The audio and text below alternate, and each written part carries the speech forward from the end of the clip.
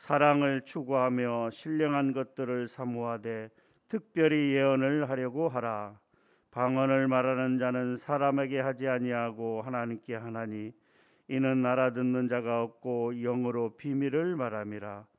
그러나 예언하는 자는 사람에게 말하여 덕을 세우며 권면하며 위로하는 것이요 방언을 말하는 자는 자기의 덕을 세우고 예언하는 자는 교회의 덕을 세우나니 나는 너희가 다 방언 말하기를 원하나 특별히 예언하기를 원하노라. 만일 방언을 말하는 자가 통역하여 교회의 덕을 세우지 아니하면 예언하는 자만 못하니라. 그런즉 형제들아, 내가 너희에게 나아가서 방언으로 말하고 계시나 지식이나 예언이나 가르치는 것으로 말하지 아니하면 너희에게 무엇이 유익하리요? 혹 필이나 검은고와 같이 생명 없는 것이 소리를 낼 때 그 음의 분별을 나타내지 아니하면 필이 부는 것인지 검은고 타는 것인지 어찌 알게 되리요? 만일 나팔이 분명하지 못한 소리를 내면 누가 전투를 준비하리요? 이와 같이 너희도 혀로서 알아듣기 쉬운 말을 하지 아니하면 그 말하는 것을 어찌 알리요? 이는 허공에다 말하는 것이라. 이같이 세상에 소리의 종류가 많으나 뜻 없는 소리는 없나니 그러므로 내가 그 소리의 뜻을 알지 못하면 내가 말하는 자에게 외국인이 되고 말하는 자도 내게 외국인이 되리니 그러므로 너희도 영적인 것을 사모하는 자인즉 교회의 덕을 세우기 위하여 그것이 풍성하기를 구하라. 그러므로 방언을 말하는 자는 통역하기를 기도할지니 내가 만일 방언으로 기도하면 나의 영이 기도하거니와 나의 마음은 열매를 맺지 못하리라. 그러면 어떻게 할까? 내가 영으로 기도하고 또 마음으로 기도하며 내가 영으로 찬송하고 또 마음으로 찬송하리라. 그렇지 아니하면 내가 영으로 축복할 때 알지 못하는 처지에 있는 자가 내가 무슨 말을 하는지 알지 못하고 내 감사에 어찌 아멘하리요? 너는 감사를 잘하였으나 그러나 다른 사람은 덕세움을 받지 못하리라. 내가 너희 모든 사람보다 방언을 더 말함으로 하나님께 감사하노라. 그러나 교회에서 내가 남을 가르치기 위하여 깨달은 마음으로 5마디 말을 하는 것이 1만 마디 방언으로 말하는 것보다 나으니라. 형제들아, 지혜에는 아이가 되지 말고 악에는 어린아이가 되라. 지혜에는 장성한 사람이 되라. 율법에 기록된 바 주께서 이르시되 내가 다른 방언을 말하는 자와 다른 입술로 이 백성에게 말할지라도 그들이 여전히 듣지 아니하리라 하였으니 그러므로 방언은 믿는 자들을 위하지 아니하고 믿지 아니하는 자들을 위하는 표적이나 예언은 믿지 아니하는 자들을 위하지 않고 믿는 자들을 위함이니라. 그러므로 온 교회가 함께 모여 다 방언으로 말하면 알지 못하는 자들이나 믿지 아니하는 자들이 들어와서 너희를 미쳤다 하지 아니하겠느냐?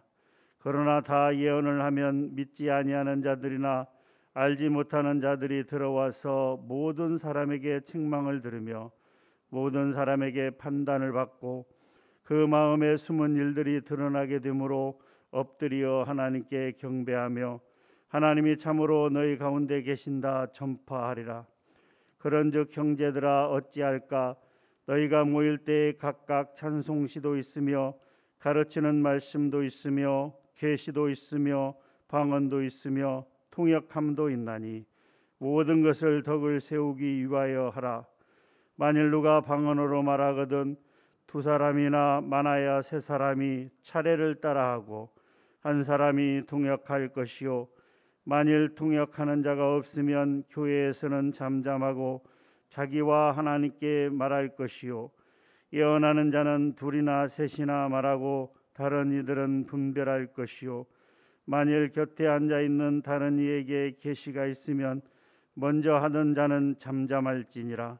너희는 다 모든 사람으로 배우게 하고 모든 사람으로 권면을 받게 하기 위하여 하나씩 예언할 수 있느니라.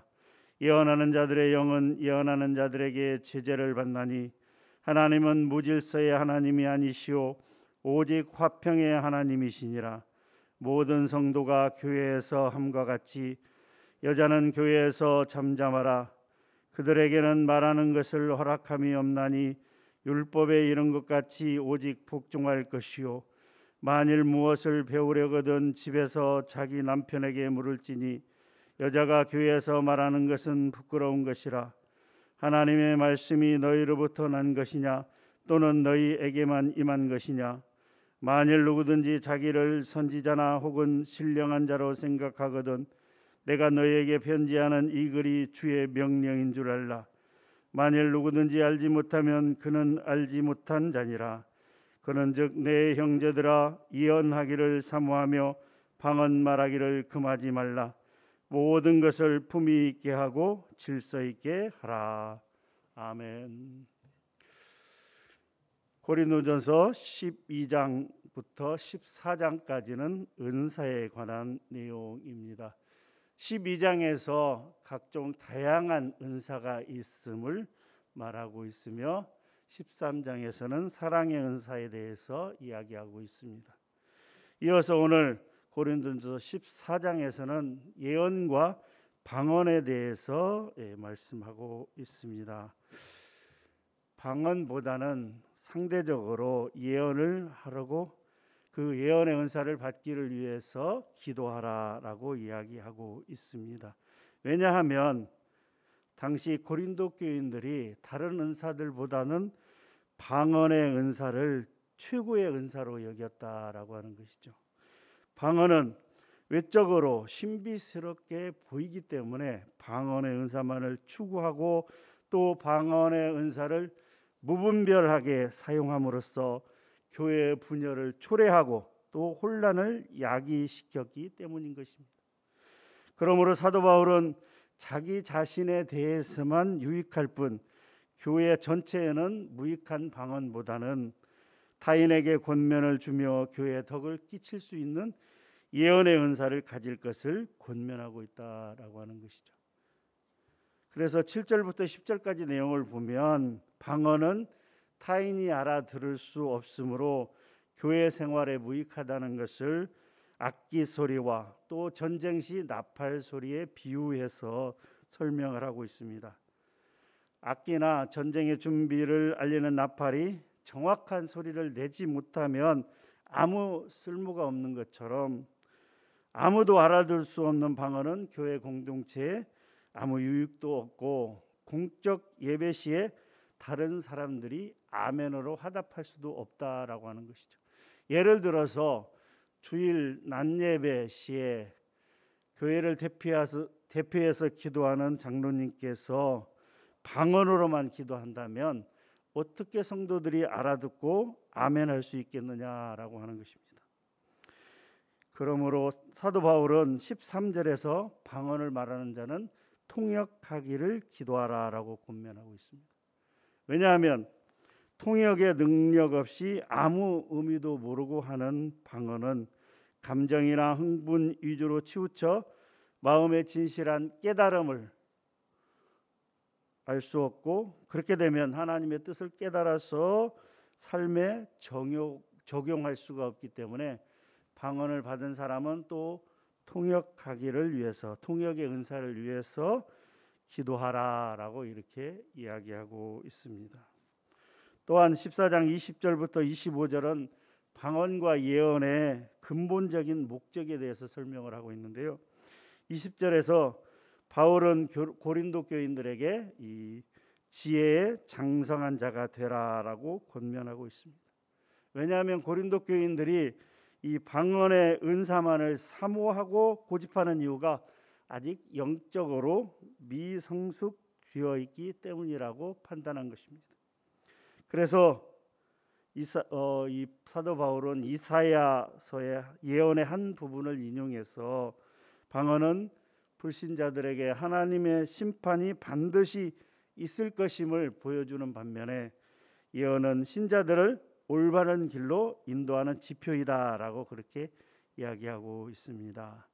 또한 23절부터 25절 내용을 보면 온 교회가 함께 모여 다 방언으로 말하면 알지 못하는 자들이나 믿지 않는 자들이 와서 너희가 미쳤다 하지 않겠느냐라고 이야기를 하면서 이 예언은 신자들에게도 유익할 뿐만 아니라 불신자들에게도 어떤 책망과 판단을 주므로 그들의 마음속의 죄를 발견하고 회개하여 하나님께 경배하여 하나님을 섬기게 되므로 교회의 덕이 된다라고 이야기하고 있는 것입니다. 또한 마지막으로 25절부터 40절은 공적 예배 시의 질서에 관한 결론적인 권면입니다. 바울은 교회의 질서를 세우기 위한 한 방법으로 방언과 예언의 적절한 사용 방법을 제시하고 있습니다. 즉 통역이 없는 방언은 교회의 공적 집회에서 일절 금지시키고, 통역이 있더라도 세 사람만이 차례를 따라하고, 또 교회의 공적 예배 시의 예언도 한 번에 세 사람 이상 허용하지 말고 예언의 내용을 성도들이 분별하게 하라라고 권면하고 있습니다. 사실 초대교회 당시에는 오늘날과 같이 어떤 예배의 형식이 완전히 갖춰진 시기가 아니었기 때문에 이러한 예언이나 방언을 하는 사람들이 무분별하게 나와서 이야기한다면 교회의 공적 질서가, 교회 예배의 공적 질서가 어지럽기 때문인 것입니다. 그래서 또한 교회 질서 유지 측면에서 여자들에게 교회 내에서 잠잠할 것을 명령하고 있습니다. 그 당시에 보면 여성들의 인권이 무시되고 여성들의 존재 자체도 그렇게 드러나지 않는 그러한 시기였던 것입니다. 이러한 여성의 인권이 무시되고 억압되었던 상황 가운데서 복음을 받아들인 여성들에게 자유가 주어졌고, 또 교회 내에서 여성들이 많은 부분에서 활동을 할 수 있었다라고 하는 것이죠. 그러나 이로 인해서 이러한 자유의 오남용으로 인해서 교회의 질서를 어지럽히며 무분별한 질문과 또 발언으로 공적 예배의 질서를 깨뜨리는 일이 발생을 하자 공적 예배 시의 질서 유지를 위해서 여자들이 잠잠할 것과 또 배울 것이 있으면 남편에게 묻도록 하고 있는 것입니다. 사도 바울은 자신들이 받은 풍성한 은사로 인해 다른 사람들을 무시했던 고린도 교인들의 우월한 의식과 영적 교만함을 책망을 하면서 모든 성령의 은사는 사랑 안에서 교회 공동체의 덕을 끼치고자 하는 마음으로 질서를 지켜가며 적당히 사용할 것을 권면하고 있는 것입니다. 또한 이러한 자신의 권면은 바로 하나님으로부터 받은 것임을 강조하면서 반드시 지켜야 할 것을 고린도 교인들에게 거듭 촉구하고 있다라고 하는 것이죠. 결론적으로 보면 39절과 40절에 기록된 것처럼 개인의 영적인 유익을 위해서 방언을, 또 교회의 공적인 유익을 위해서는 예언을 적절하게 사용할 것을 촉구하고 있는 것입니다. 우리 39절과 40절 말씀을 다시 한번 읽어보도록 하겠습니다. 그런즉 내 형제들아 예언하기를 사모하며 방언 말하기를 금하지 말라. 모든 것을 품위 있게 하고 질서 있게 하라. 아멘. 사실 제가 우리 교회 서문교회 왔습니다마는 지금 4년 차인데 사실 제가 방언을 많이 안 하고 있습니다. 거의 안 했죠. 사실 저도 하나님께서 방언의 은사를 주셔서 여기 오기 전까지만 해도 뭐 기도원에서 기도한다든지 북경에서 새벽 예배를 계속 다닐 때에도 꾸준히 다녔습니다만 거의 빠지지 않고 다녔는데 그 교회에서도 사실 거의 방언으로 사실 기도를 했습니다. 하나님께서 방언의 은사를 주신 것도 너무나 감사한 일이고 또 그 방언의 은사를 적절히 활용하여 기도하는 것도 좋은 방법이었다라고 생각합니다. 개인적으로 기도할 때는 방언으로 기도하는 것이 참 유익하다라고 하는 생각을 하게 됩니다. 그러나 당시 이 고린도 교인들처럼 방언을 받은 것이 마치 무슨 큰 축복을 받은 것처럼 그렇게 무분별하게 남용하는 것은 아니라라고 하는 것이죠. 사도 바울도 그것을 이야기하고 있습니다.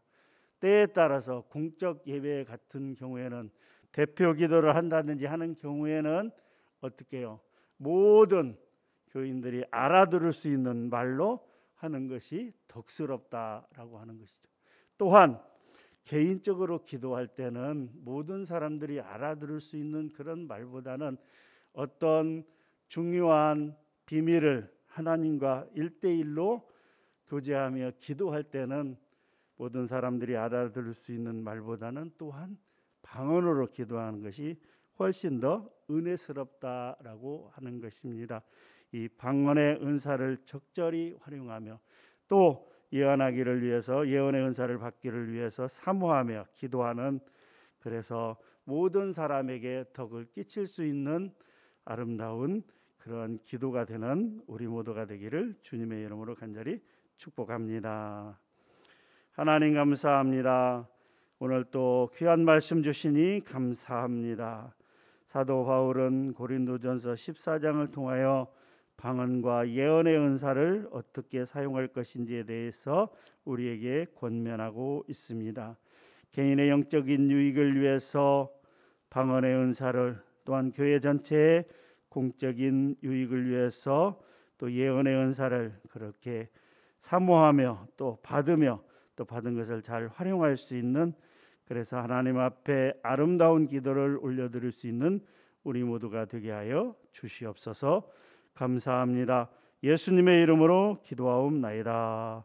아멘.